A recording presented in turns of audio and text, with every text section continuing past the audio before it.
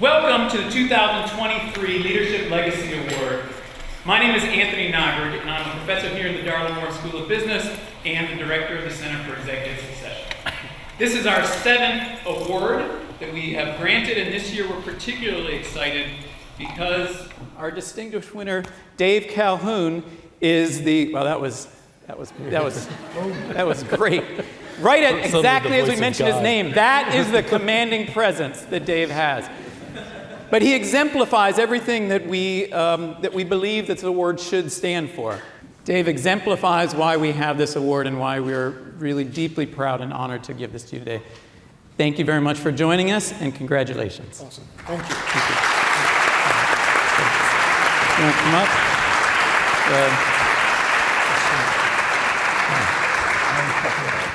Yeah, I just can. Okay. Okay. All right. Thank you very much. Thank you. Appreciate it. Yeah, you can come over here, okay. Pat. So we've asked tonight for the Q&A part and the Fireside Chat. We've asked Pat to do the actual questions and do this interview. And we've done it not just for the obvious reasons, because Pat's obviously really good at this stuff, and not just the part about that Pat was the one that actually started all of CES, and that Pat's the one that created the Leadership Legacy Award. It was his idea to get all of this going. Not just all of that, but also that if we had an academic version of the Leadership Legacy Award, Pat would certainly be deserving of getting that award. And personally, which is how I view most of the world, I have to say, he has been and continues to be a great mentor to me. So thank you, Pat, for doing this. And again, Dave, thank you. Thank you. All right. Thanks, Anthony. Pat, are you okay if I just make a comment or two? Absolutely. Yeah, good. It's a very interesting moment for me. I never say no to an opportunity to talk to students.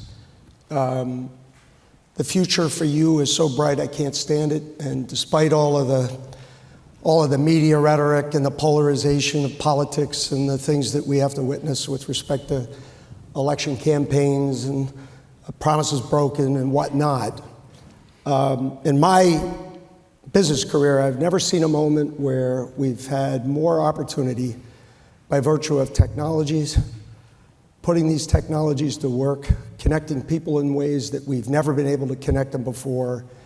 Oh yes, they bring risks, but the risks the benefits outweigh the risks by a mile.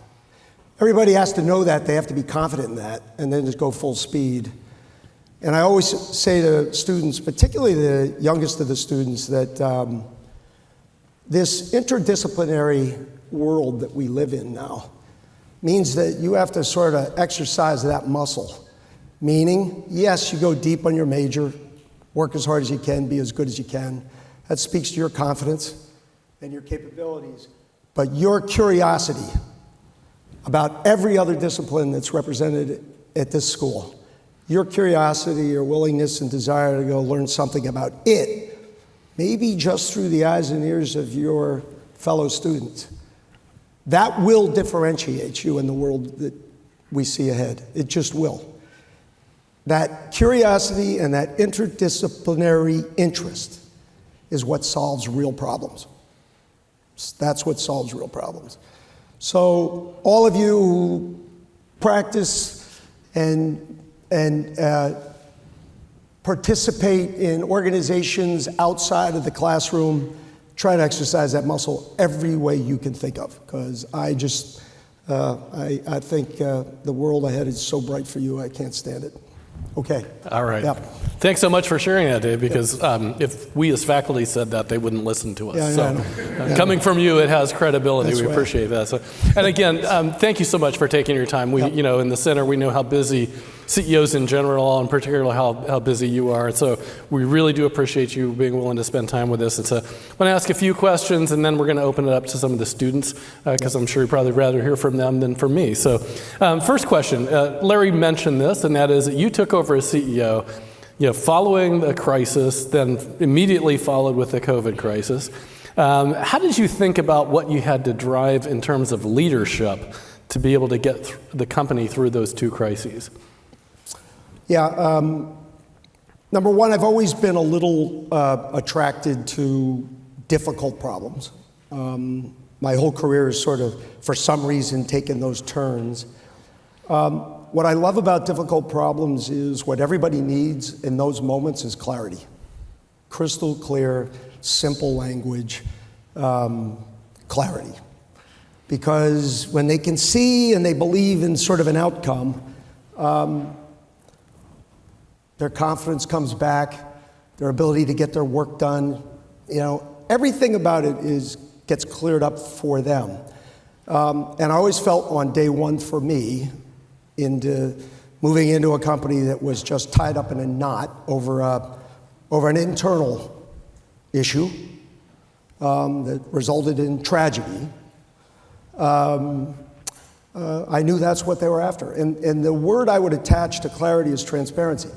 It's such a big word in big companies. What is transparency? It's reality.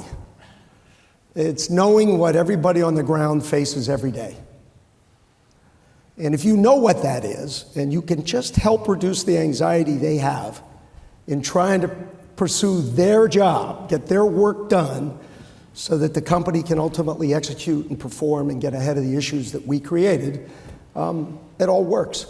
But if you don't do those things, you have no chance. That knot gets very tight in moments like that. Okay, thanks.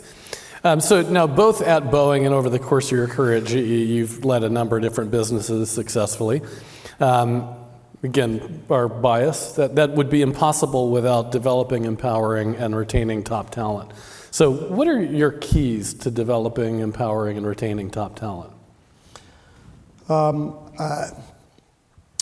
a product of an organization that for roughly 25 years worked the development of its people as hard as any company I have ever witnessed or seen. That was GE under the Jack Welch days.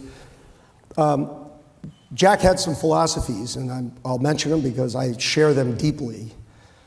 Number one, these big companies are laboratories. And you have to be able to move people around to see different parts of those laboratories and learn from different, in our case, we were lucky, we had different industries to learn from.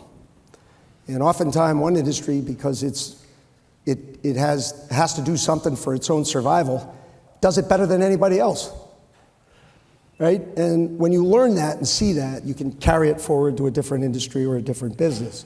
But Jack exercised that like nobody I've ever seen. Every 2.5 years, knock on the door, phone call, whatever, we'd really like you to go do X. And I didn't feel like I was anywhere near ready to do anything. But he sort of forced that model. And then every now and then, I'd have to raise my own hand and say, well, I'm a little anxious about doing business in the developing world. Haven't done it. It's going to be important to our company forever. Can you put me there?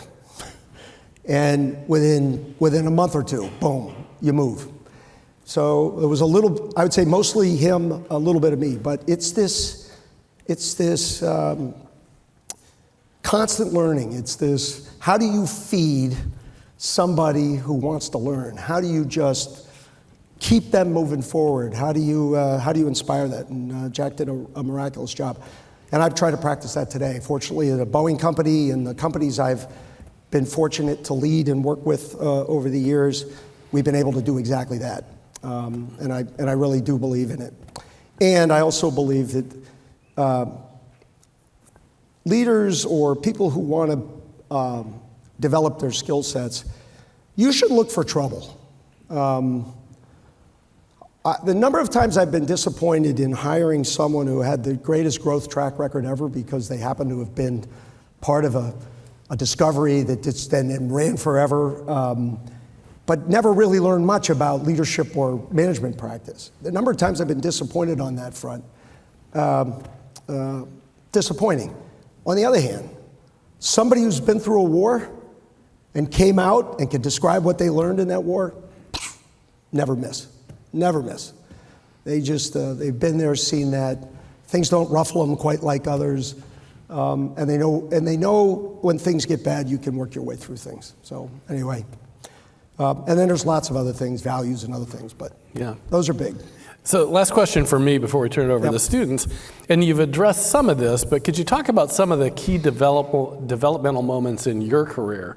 Things where you really kind of transitioned and built a new skill set, and how have those impacted the way you think about developing talent in the organization? So I had been with GE and I'm going to use those experiences because that's when I was sort of just a few years ahead of you. I'd been there for about 7 or 8 years. People were starting to talk to me about running these small departments, and I had not yet met a customer. Didn't even know what one looked like. And I was a little anxious about how I might represent myself and my interests of my company in front of a customer, blah, blah, blah. So I went, I sought out the business that had a reputation for being the very best at that inside our world, and I sort of begged a couple of folks who could make that happen to let me give a shot. So why do you do something like that? It's not because I thought it'd be a great marketer. It's because I knew I didn't have confidence in that arena. And if I didn't stick my toe in the water, I would never have confidence. And I didn't want to get so far, because I probably, most people would say, Dave, geez, you took a lateral and everybody wanted you to go do X. And I said, well, yeah, but trying to build out your own confidence levels is big. And then the other huge one was when I moved into the developing world, simply because at that moment, globalization was red hot. Everybody needed to go learn and do it, and it required a dramatically different set of skills. Resourcefulness, you weren't surrounded by all of the bureaucracy that supported you back here. Go find out, and that was like the greatest thing in the world for me, and it turned out for my family. So those were just moves that I worked on, and I guess the point I just would want to make to everybody as you move through is only you know where you lack confidence. I don't know. Only you know. And if you're anxious about that, don't be afraid to go take a swing at that arena. You may not end up being all that good at it, but as a complete business person, your confidence will grow significantly. I'm not great at all the jobs that I've had over the years, but the fact that I've touched them and I know what the people who are in those roles are struggling with, that helps a lot in the kind of role that I have now. Okay, perfect. So let's ask the first student question. Alexis?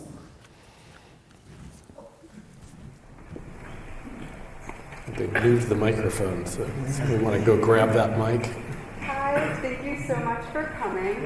My name is Alexis Leopard, and I'm a second-year MHR student here at the Darla Moore School of Business. My question for you is, in the context of challenges Boeing has faced, what are some key lessons the company has learned, and how have they affected your strategies, decision-making processes, and performance goals for the future? Yeah, it's a long list, but I appreciate the question, Alexis. Our company, and this happens prior to the MAX crisis, we were in our heyday. Everything was working. The market was hot. We were selling airplanes like crazy. Everybody started talking about the stock price nonstop internally. Felt really good. And as my chief technology officer said, the only thing that can kill us is hubris. That's the only thing. And we were, at that moment in time, full of it. We were just, and this happens. I experienced that at a period of time at GE when we were the biggest market cap in the world. And those are the moments you all sort of have to look around and just sort of say, okay, what may have gone wrong during those periods? And when I got there, again, job one, simplify everything. Job two, be honest with yourselves. Be transparent every step of the way. Don't be afraid of anything. Don't be afraid of anything. We had a 100-year legacy. we're the only guys on this side of the ocean that makes airplanes. There's only 2 of us in the world. The market's going to grow forever. So everyone, take a deep breath, be patient, get back to the legacy work that brought us to where we are, apologize for what we did wrong, and let's move forward very steadily. And I always use the term one airplane at a time, because I wanted to slow the company down. And that's not a popular thought for anybody who's learning how to be a great business owner. You're supposed to speed things up, supposed to collapse cycles and do this and that. But there are moments when you have to slow things down to get ahead of issues that you may have created. And that was a big objective of mine. Quiet things down, slow them down, reality, transparency, believe in yourselves, be afraid of nothing. Those very simple things. So it sounds like you're talking to a football team. But that is what it is. Everybody wants to succeed, and very slowly, very steadily, we've got our rhythm back. And then we remind each other every day, do not ever get back in that position where when we're out there sort of in the braggadocious world of market caps. Thank you so much. Yeah, thank you. Hi, my name is Parker Jones, and I'm a first year in the Masters of Human Resources program. Thank you for coming today. Yep. My question I have for you tonight is about transparency, which you've mentioned. I understand that Boeing advocates for a just culture environment within their workplace, and you've had multiple interviews talking about the importance of transparency. What are some initiatives that Boeing has recently put in place or accomplished to create a culture of transparency and fairness throughout their locations? And why do you think transparency is needed within a company? Well, I think it's the most powerful. Big companies. Little companies don't have this problem. Everybody sees each other every day. It's hard to hide anything or to dress anything up. But big companies, especially companies that have multiple interests, and Boeing has a few interests, GE had 1 million of them. Every leader wants to project a positive and optimistic view of the world in everything that they do. And when someone puts together a presentation somewhere way down here, it's real, it faces into all of the realities, and the answer is not quite as nice as you'd like it to be, and they pass it up to this person, and they dress it up a little bit, and it gets a little bit better, and then they pass it up to this person, and it gets really dressed up. Sometimes, I mean, you can just lose complete sight of reality, complete sight. So I've experienced this now in 3 major companies, and it killed one, almost killed another, and we caught the other one early. It's literally the one thing that can get you in trouble. So we just preach transparency every day. Tell me the truth. Tell me what's really happening. And we visit the people on the ground way more frequently. I got beat up in the press for moving headquarters from Chicago to Washington. I didn't move it. I killed it. Because we were all sitting in Chicago as a big leadership team. Time and distance hurts. It just does. It hurts. You don't see the airplanes. You can't watch the work. So we basically blew it up, sent everybody back to where we build airplanes, design airplanes. We asked them to get back in touch with reality. And then we added a word. We used to have a program, it was basically a speak-up program. A lot of big companies have them. We added the word seek. What does seek mean? Seek is the responsibility of leaders. You have to hunt for trouble. I always say, you know where all the anxiety is in your business or your function or whatever it is. You know where it is. You created it. You gave them a task that was really hard. You knew they were a little short of resources. Everybody who runs something knows that. So then the question is, what are you going to do to keep a pulse on that? And what actions are you going to take to relieve that anxiety? Because if you don't, it works against you from the word go.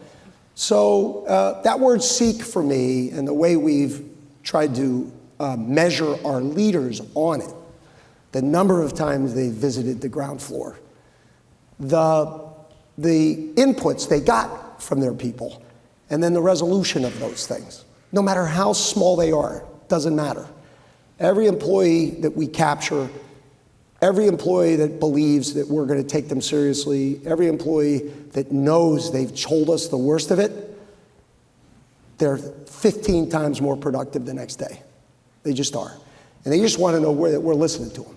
Doesn't mean we resolve everything, but we communicate everything. And that's hard to do in a very big company.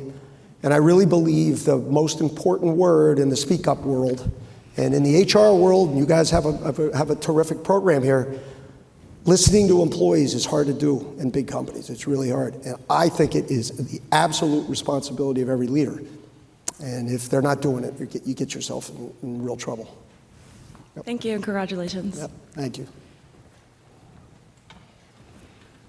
Hey, Mr. Calhoun, my name is Natalie Morgan. I'm a second year in the Masters of Human Resources program here. First, congratulations on your award, and thank you for being here tonight to spend some time with us. My question tonight is around emerging technologies.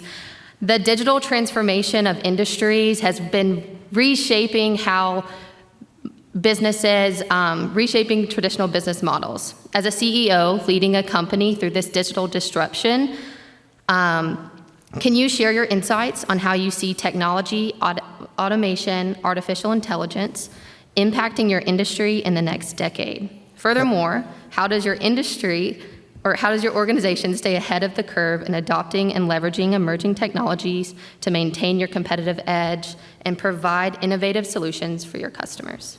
Okay, that's a lot. Thank you, Natalie.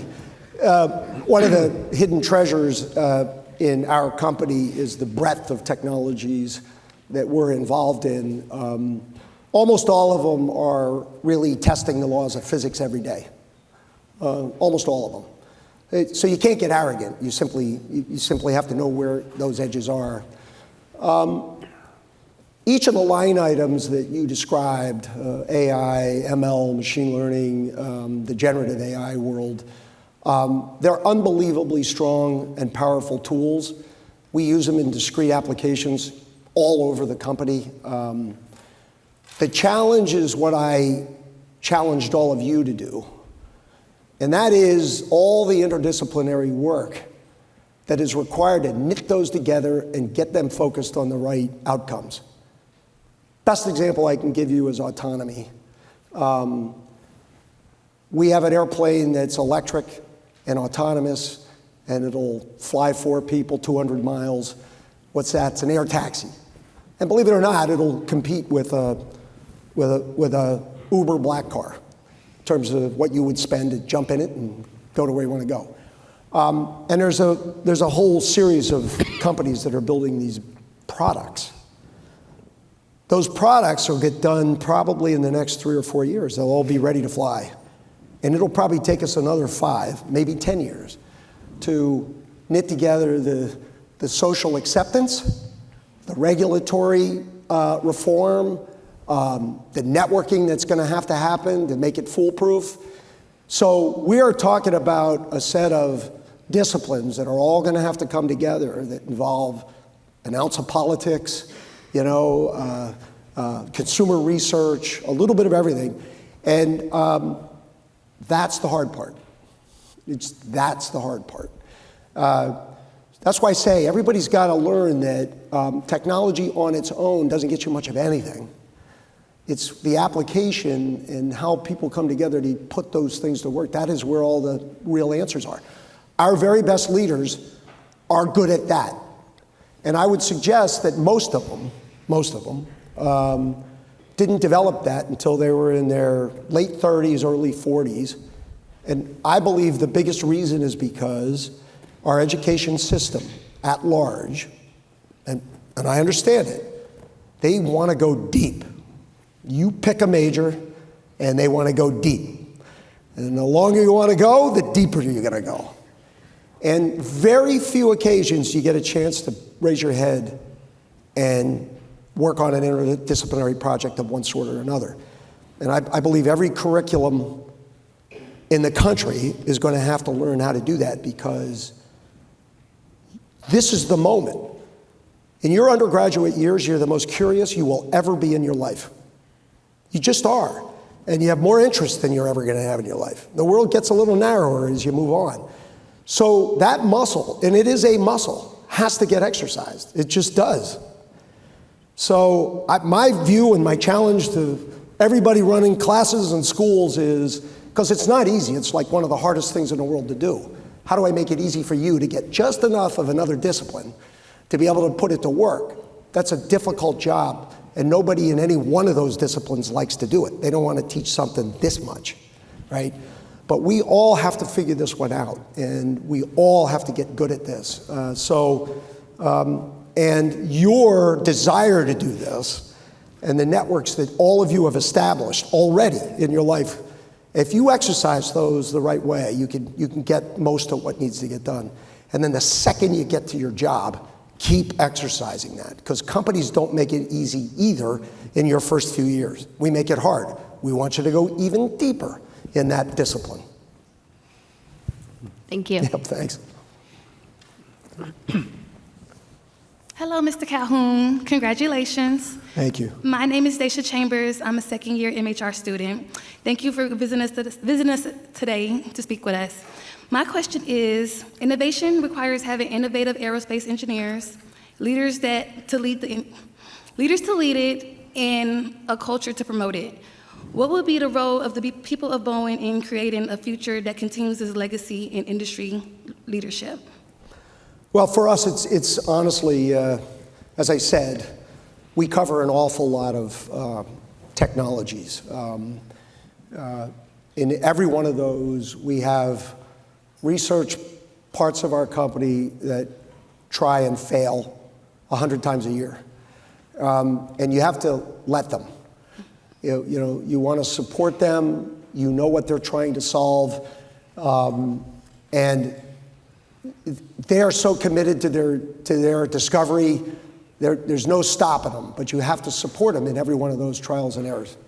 And I believe that most of the people who are on the really deep research side of the world, that's the world they want. They want to know you're going to support them, no matter how long, how hard, or how many failures they have to experience between here and there. And companies get reputations for that. Companies get reputations for that. People always say to me or ask me, well, what about this Elon Musk? Is that a big threat or not? It's the best thing that's happened to our industry in space exploration. It's the best thing that's happened to our industry. He's challenging every norm there is, right? He's, even the regulators he challenges, straight up. And he sent a rocket he knew would blow up, and it blew up, right? Because he learned just enough so that the next one's going to go a little higher and a little farther. And then someday, if the world continues to support him the way they do, he's going to get there. He'll get there. And it's hard. It's arduous work. It takes a long time. But I think he's demonstrated, in a way, how this country got to where we are. And we need to reinvigorate that willingness to take risks and experiment and fail. Yep. Thank you, sir. Thank you. Good evening, Mr. Calhoun. Yeah, My name is Tyron Turner. I'm a first-year MHR student here in the Moore School. Again, congratulations. We appreciate you being here tonight with us. Yep, thank My you. question for you is, how do you personally deal with backlash due to, things about your supply chain challenges? How do you personally take that and handle it? Yeah. So our supply chain, the whole country is tied up in supply chain issues. It's not just the country, it's all industry, pretty much everywhere in the world are tied up in serious supply chain constraints. I think aerospace in many ways is the worst, because on my best year, I make 1,000 of something. And when you're making 1,000 of something that's made up of hundreds of thousands of complicated parts, you normally can only have one person make them, because you're not going to find two suppliers that want to make 500 each. It's just not the way it works. So we have a very fragmented, very complex supply chain, and a lot of sole source exposure. Any one of them cracks, they all crack. And so I've always viewed it as maybe one of the biggest challenges. I don't think we can ever overcome the fragmentation, but we can definitely improve on the transparency with which we work with each other and the support that we give to one another. And that's more or less what we focus on. I will never suggest that the supply chain isn't my responsibility. They are just like our employees, that it is our responsibility to make certain they have everything they need to do what we've asked them to do and sustain our business, the ability to design and build airplanes and deliver airplanes. So I will suggest that the supply chain issues are going to go on a very long time because we took a COVID moment that created the big mess. And now we've got resiliency questions about geopolitics, the number of sources that still reside in China for many industries. In our case, we had them in Russia right up until they invaded Crimea. But that resiliency question now means there's a whole nother set of movements that have to get engineered and worked on and moved. So it adds complexity to that fragmented supply chain. So it's an incredibly good field to want to get into and to get close to, because I think it's going to be critically important to not just my industry, but many industries for probably through the end of this decade. Probably through the end of the decade. So our supply chain faculty and students are really happy to hear that. Yeah. They're up there cheering right now. Yeah, I know. So. Okay, so. Should be. Last question. Yeah, sure. Time for one more question. Thank you. Hi, Mr. Calhoun. Thank you so much for being here today and speaking with us. I'm also a first-year MHR student at the Darla Moore School of Business. My question is, what key principles or values have been central to your leadership style and success throughout your career, and how do you believe they've contributed to your legacy in the business world? Well, I should say something about values. I've had a lot of great mentors in my life. I mentioned one, Jack Welch, but there's been a lot of other really good ones that run big companies. I'm very fortunate, but when I took my first job as a CEO outside of the GE umbrella, and then subsequently coming into Boeing, and you talk to these folks, what advice, blah, blah, blah. To a person, values. Just on day one, just decide what values that you think are going to be appropriate for that moment, and just drill them, talk about them all day, every day. So the power of those little charts with the 5 words, it's massive. It just is. There's dangers. Almost everybody wants to add to the list. Almost everybody turns 5 values into 10 within 2 years, and then there's sub-bullets for every one of the 10. Big mistake, big mistake. Values have to be wide and big, subject to interpretation, subject to discovery for every employee in the company and every supplier that supports you. They have to go through their own discovery, put it in their own words, and believe in it, and then magic happens. And I think that's critically important. I'll mention 3 values that even my own team hasn't heard from me, but they influence me in the biggest way possible. Speed, simplicity, and self-confidence were 3 words that Jack Welch highlighted early in his career at GE. Every one of them had enormous meaning. Every one of them were measured. Every leader was evaluated against them. Because when he became CEO of his company, he had this massive, complicated company with bureaucratic layers. 15, 20 layers between someone who worked on the floor and the CEO themselves. And these words allowed us to just tear that to shreds. You can't be fast if you're dealing with complexity. Simple is hard. It's like really hard to be simple. So everybody focused on that. And self-confidence was his way of saying, you could take care of your own career. If you're confident, everything's going to work for you. And if you're not, it's not. And I don't know what makes you confident. So we talked about this earlier. You do. Let me help you figure that one out. Let me give you the assignments you need to build your own confidence, et cetera, et cetera. But that moment in time, those 3 values, pretty awesome every way I can think of. We have our set of values here at Boeing that are, in my view, very simple, very, very simple. Anyway, the power of it's pretty amazing. And it's easy to gloss over if all you're doing is reading it. But if you're really trying to put them to work, it's hard and it's powerful. Okay, so thanks so much, Dave. Appreciate you spending the time with us today, and I'll turn it back over to Anthony. Thank you all for being here tonight. Thank you. Appreciate it. Thank you.